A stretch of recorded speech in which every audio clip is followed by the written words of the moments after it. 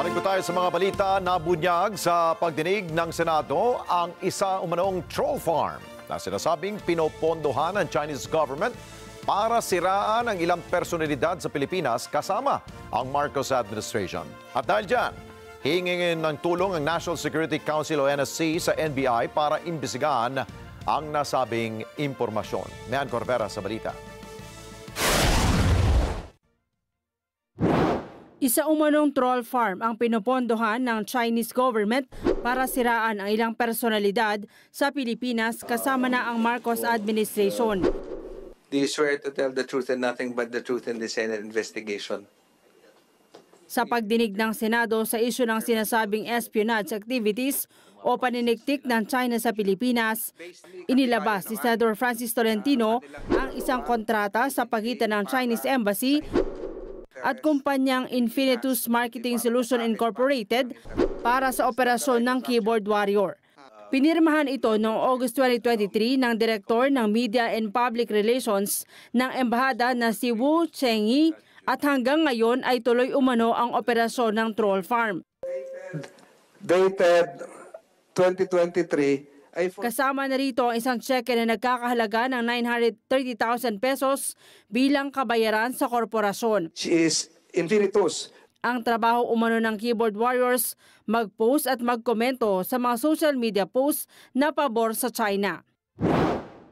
Akala natin ay yun ang tunay na sentimiento ng mga nagpo-post at nagre-react, ay subalit ito pala nagpapatunay na binayaran. Binayaran ng People's Republic of China para sirain hindi lang ang kredibilidad ng isang tao o namumuno kung hindi ng ating bansa. Ilan sa tinukoy ng senador ang mga pagbatikos sa batas kaugnay sa West Philippine Sea at mga banat kay Pangulong Bongbong Marcos. Nagsusumitian niya ng report kada buwan ang kumpanya sa Embahada ng China kasama na ang detalye ng kanilang daang-daang mga peking account sa social media kabilang na sa Facebook at nagpapanggap ng mga ordinaryong Pilipino. Na hindi ito simpleng kontrata. Ito pong kontrata at kabayarang ito ay pagyurak sa dignidad ng mga Pilipino. Pagyapak sa dignidad ng Pilipinas. Lahat po ng lumalabas ngayon, karamihan, yung akala natin ay viral, yung akala natin ay pinag-uusapan talaga, ay base pala sa mga ganito. Ang nagbayad ay China. Ayon kay NSC Assistant Director Jonathan Malaya, hihingi sila ng tulong sa NBI para imbestigahan ang nabunyag na impormasyon. Oh, definitely. It's very alarming.